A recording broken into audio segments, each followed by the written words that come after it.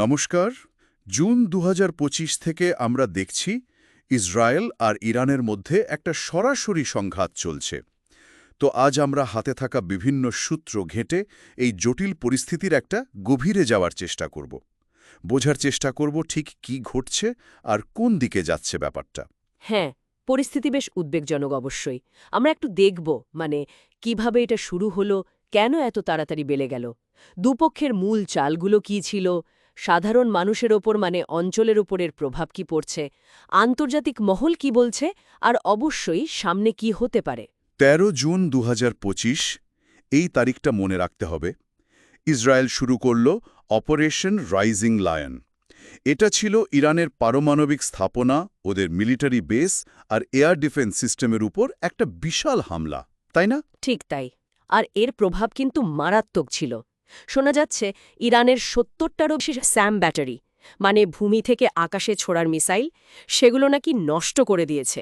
Tehran থেকে প্রচুর মানুষ পালাচ্ছে, এরকম খবরও আসছিল। হুম। এর জবাবে ইরান কি করল? নিশ্চয়ই বসে থাকেনি। না না, একদমই না।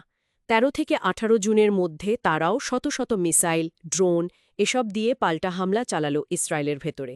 এর মধ্যে ১৯ জুনের হামলাটা বেশ গুরুত্বপূর্ণ ছিল। বীরশেবার সোরোকা মেডিকেল সেন্টারে ৫০-৬৫ জন আহত হন। এটা কিন্তু আগুনটা আরও উস্কে দিল। এরপর তো ইসরায়েলের প্রতিরক্ষামন্ত্রী আরও কড়া নির্দেশ দিলেন। হ্যাঁ, ঠিক। হামলা আরও তীব্র হল। এবার টার্গেট ছিল ইরানের আইআরজিসি বা রেভলিউশনারি গার্ডের বড় বড় পরিকাঠামো, পাওয়ার প্ল্যান্ট, প্রশাসনিক ভবন। এমনকি বড় বড় কমান্ডারদেরও টার্গেট করা হয়েছে, যেমন কুদস ফোর্স বা ড্রোন ব্রিগেডের লিডার। ইস্পাহানের মতো সেন্সিটিভ নিউক্লিয়ার সাইটেও হামলা হয়েছে বলে খবর। এটা কি পরিস্থিতিকে হাতের বাইরে নিয়ে গেল না? পরিস্থিতি নিঃসন্দেহে জটিল হয়ে উঠল। আর এর মধ্যেই ২২ জুন আমেরিকা সরাসরি জড়িয়ে পড়ল। প্রেসিডেন্ট ট্রাম্পের নির্দেশে আমেরিকার B-2 স্টেলথ বোমারু বিমান ইসরায়েলের সাথে কোয়ার্ডিনেট করে ফোর্ডো, নাতাঞ্জ, ইস্পাহানের মাটির নিচের পারমাণবিক কেন্দ্রে বাংকার বাস্টার বোমা ফেলল। বাপরে, বাংকার বাস্টার! তার মানে আমেরিকার সরাসরি অংশগ্রহণ, এটা তো খেলার মোড় ঘুরিয়ে দিল। হ্যাঁ, একদম। এই বোমাগুলো তো বানানোই হয়েছে মাটির অনেক গভীরে থাকা টার্গেট ধ্বংস করার জন্য। আমেরিকার এই পদক্ষেপে সংঘাতের মাত্রা আর চরিত্র দুটোই পাল্টে গেল। তাহলে এখনকার সামরিক পরিস্থিতিটা ঠিক কি? মানে কার হাতে কি আছে? ইরানের মিসাইলগুলো? ইরানের হাতে প্রায় ১৫০টা দূরপাল্লার ব্যালিস্টিক মিসাইল ছিল বলে একটা ধারণা আছে। তার থেকে ওরা এর মধ্যে ২০০-৩০০টার বেশি ছুঁড়ে ফেলেছে। এছাড়াও প্রচুর স্বল্প পাল্লার মিসাইলও আছে। ওরা তো হুঁশিয়ারি দিয়েই রেখেছে, হামলা না থামালে আরও ভয়ঙ্কর জবাব দেবে। আর ইসরায়েল? ইসরায়েল কিন্তু শুরুতেই ইরানের এয়ার ডিফেন্স কাফি দুর্বল করে দিয়েছে। ফলে আকাশে ওদের একটা অ্যাডভান্টেজ আছে। ওদের মূল লক্ষ্য মনে হচ্ছে ইরানের নিউক্লিয়ার ক্যাপাবিলিটি পুরোপুরি শেষ করে দেওয়া। সেই লক্ষ্যে এগোচ্ছে। আর আমেরিকা? ওরা কি আরও জড়াবে? আমেরিকা তাদের নেভি অ্যাসেট, B-2 বোমারু বিমান, এগুলো তো এনেছেই।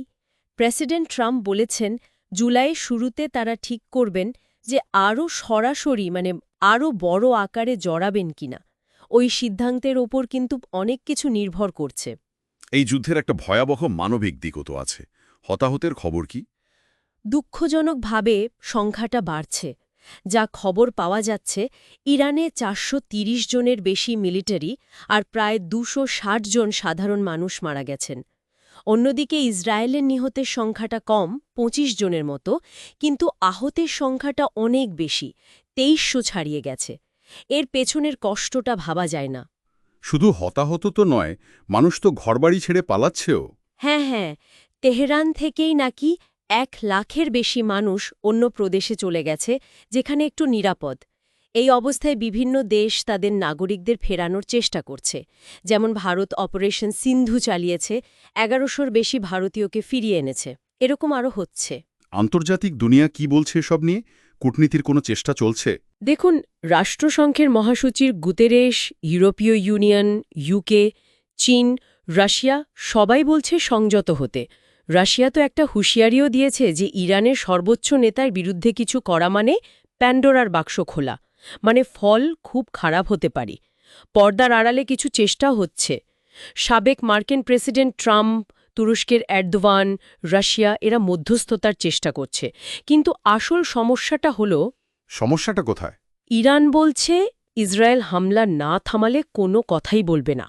ওদিকে ইসরায়েলও হয়তো একই শর্ত দিচ্ছে।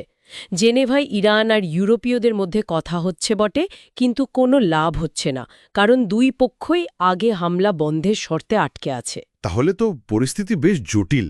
সামনে কি হতে পারে? ঝুঁকির জায়গাগুলো কি কি? সবচেয়ে বড় প্রশ্ন এখন একটাই, জুলাইয়ের শুরুতে আমেরিকা কি করবে? ওরা যদি আরও বড় আকারে যুদ্ধে নামে, তাহলে ইরান হয়তো মধ্যপ্রাচ্যে আমেরিকার ঘাঁটি বা ওদের মিত্র দেশগুলোর ওপর হামলা করবে। হিজবুল্লাহ, হথি এদের ব্যবহার করতে পারে। আর সবচেয়ে বড় ভয়? সবচেয়ে বড় ভয় হল এই আগুন লেবনান, সিরিয়া, ইরাক, ইয়েমেন এদিকে ছড়িয়ে পড়া। সেটা হলে কিন্তু পুরো অঞ্চল জুড়ে একটা বিধ্বংসী যুদ্ধ লেগে যেতে পারে। তাহলে যদি পুরো বিষয়টা একটু গুছিয়ে বলি, ইসরায়েলের একটা বড় সামরিক অভিযান দিয়ে শুরু, যা খুব দ্রুত একটা সরাসরি সংঘাতে রূপ নিয়েছে। মিসাইল হামলা, পাল্টা হামলা, সাধারণ মানুষের মৃত্যু, আমেরিকার হস্তক্ষেপ, বহু মানুষ ঘরছাড়া, সবই দেখছি আমরা। এখন তাকিয়ে থাকতে হচ্ছে জুলাইয়ের শুরুতে আমেরিকার সিদ্ধান্তের দিকে, আর কূটনৈতিক অচলাবস্থা কাটে কিনা সেদিকে। একদম। আর এখানেই একটা কঠিন প্রশ্ন চলে আসে, তাই না? যখন দুই পক্ষই আলোচনা শুরু করার আগে চাইছে অন্য পক্ষ হামলা থামাক, তখন এই চক্র থেকে বেরোনোর বাস্তব পথটা কি? বিশেষ করে যখন একটা বড় আঞ্চলিক যুদ্ধের মেঘ ঘনিয়ে আসছে, এর উত্তর খোঁজাটাই এখন সবচেয়ে বড় চ্যালেঞ্জ মনে হচ্ছে।